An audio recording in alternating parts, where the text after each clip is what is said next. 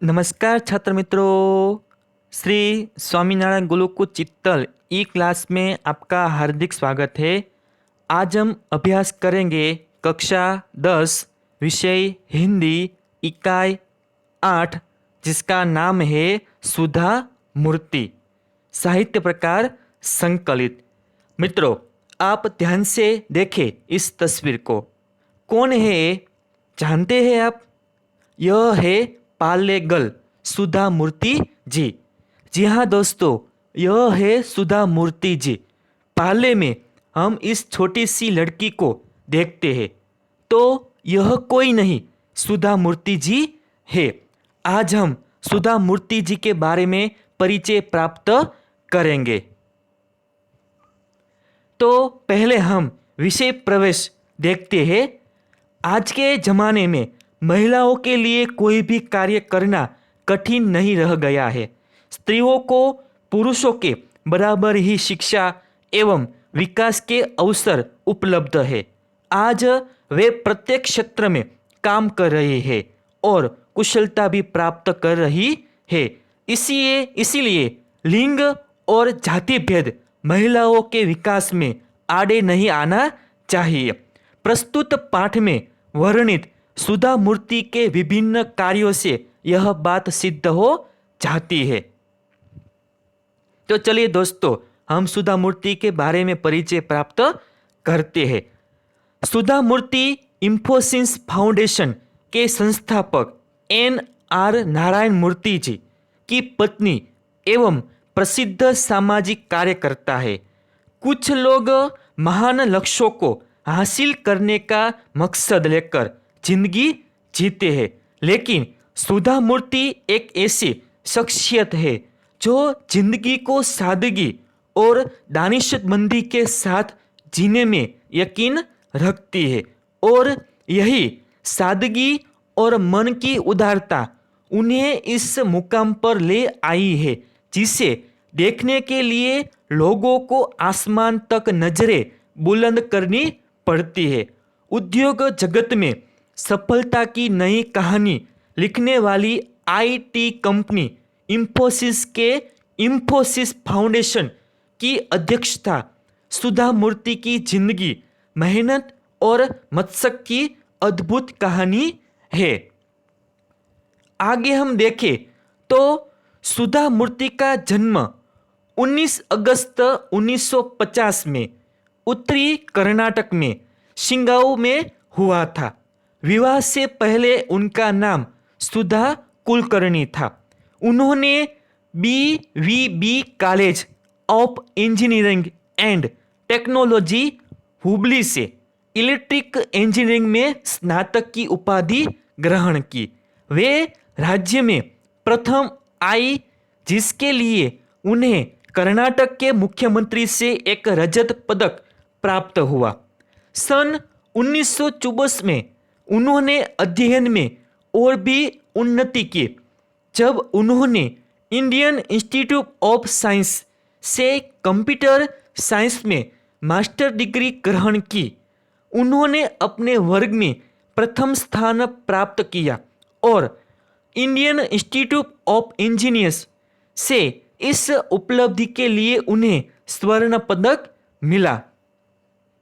आगे हम बात करते हैं तो वे एक सामाजिक कार्यकर्ता, इंजीनियर, एक संवेदनशील शिक्षक तथा एक अत्यंत कुशल लेखिका भी है।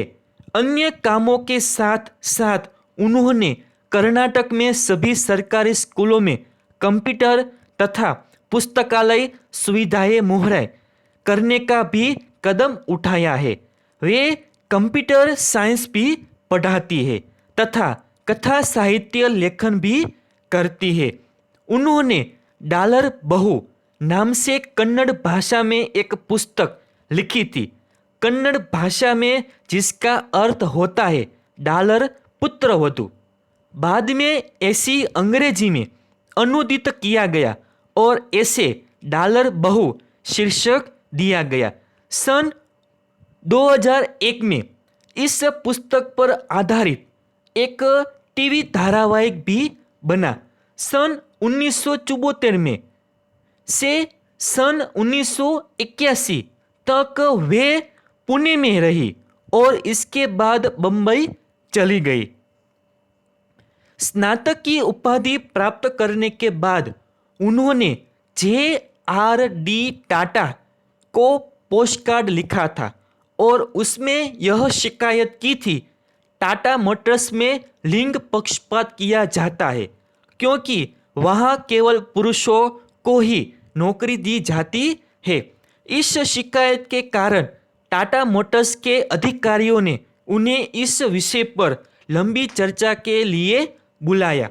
सुधा ने टेल्को में एक ग्रेजुएट ट्रेनी के रूप में अपना कैरियर आरंभ किया। आगे हम बात करें तो सुधा जी जब पुणे में जॉब कर रही थी तो उनकी मुलाकात नारायण मूर्ति से हुई और बाद में उन दोनों ने शादी भी की।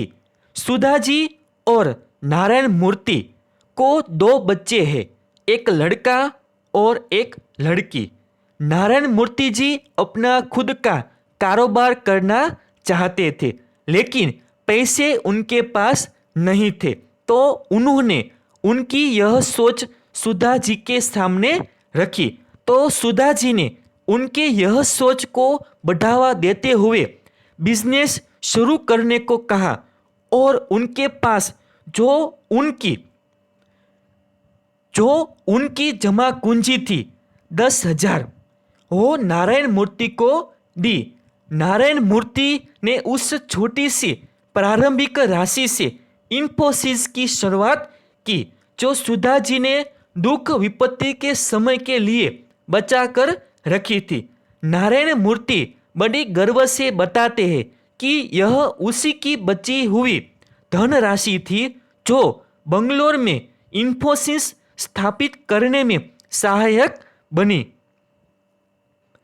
प्रत्येक भूमिका में सफलता का सार सदैव एक ही रहा है। सुधा कहती है, आप जो भी काम करें अच्छी तरह से करें। प्रत्येक कार्य में मेरा उद्देश्य एक ही रहा है। जब आप एक अधीनस्थ हो तो अपने व्यवसाय के प्रति ईमानदार और निष्ठावान रहे तथा व्यावसायिक बने, लेकिन जब आप बॉस की हैसियत में हो अपने अधीनस्थों का ध्यान रखें। ठीक उसी तरह जैसे जब बच्चे घर पर हो माँ को उनकी साथ होना चाहिए क्योंकि उन्हें माँ की जरूरत होती है। सुधा जी 2006 में पद्मश्री पुरस्कार से सम्मानित किया गया है। उन्हें सन 2000 में राज्य प्रशस्ति अवार्ड साहित्य और समाज सेवा के लिए प्रदान किया था। तो आज की नारी प्राचीन काल की नारी नहीं रह गई है। प्राचीन काल में महिलाओं के लिए विभिन्न कारणों से शिक्षा और विकास के अवसर उपलब्ध नहीं थे। वह पुरुष प्रधान समय था। तब महिलाओं के लिए बहुत कम क्षेत्र उपलब्ध थे, इसीलिए लोगों की धारणा बन गई थी कि महिलाओं कुछ निश्चित कार्य ही कर सकती है। आज महिलाओं के लिए शिक्षा, तकनीक, राजनीति, व्यवसाय, विज्ञान आदि हर क्षेत्र खुले हैं। प्रत्येक क्षेत्र में महिलाएं पुरुष के साथ कंधे से कंधा मिलाकर कार्य कर रही है। वे कार्यालयों में नियुक्ति से लेकर शिक्षिका, वैज्ञानिक, व्यवस्थापिका, इंजीनियर, नेता आदि सभी रूपों में अपना महत्व सिद्ध कर चुकी है।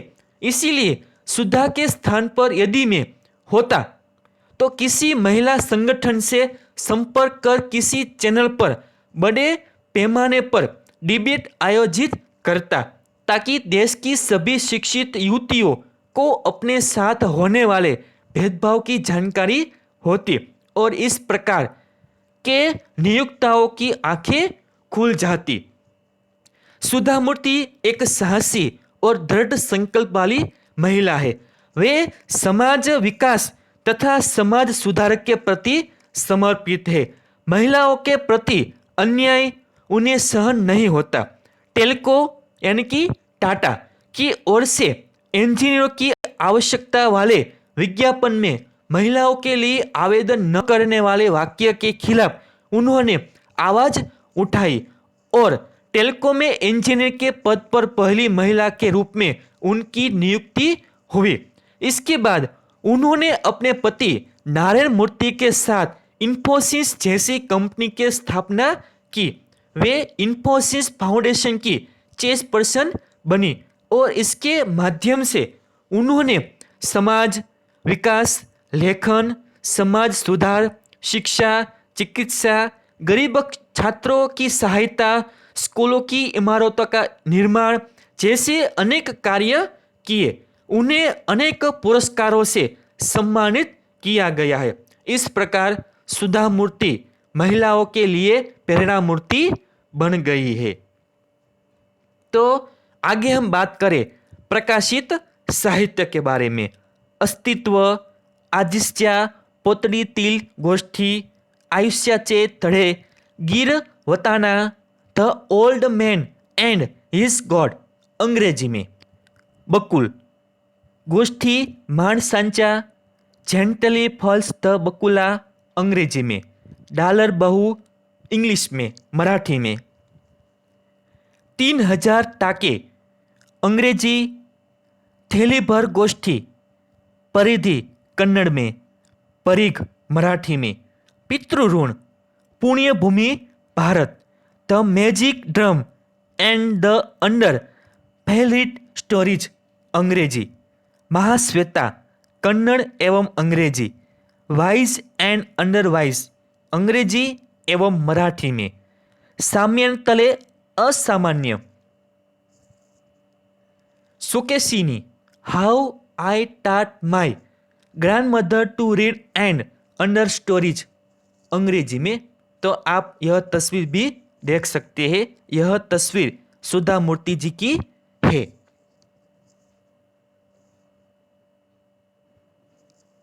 Thank you.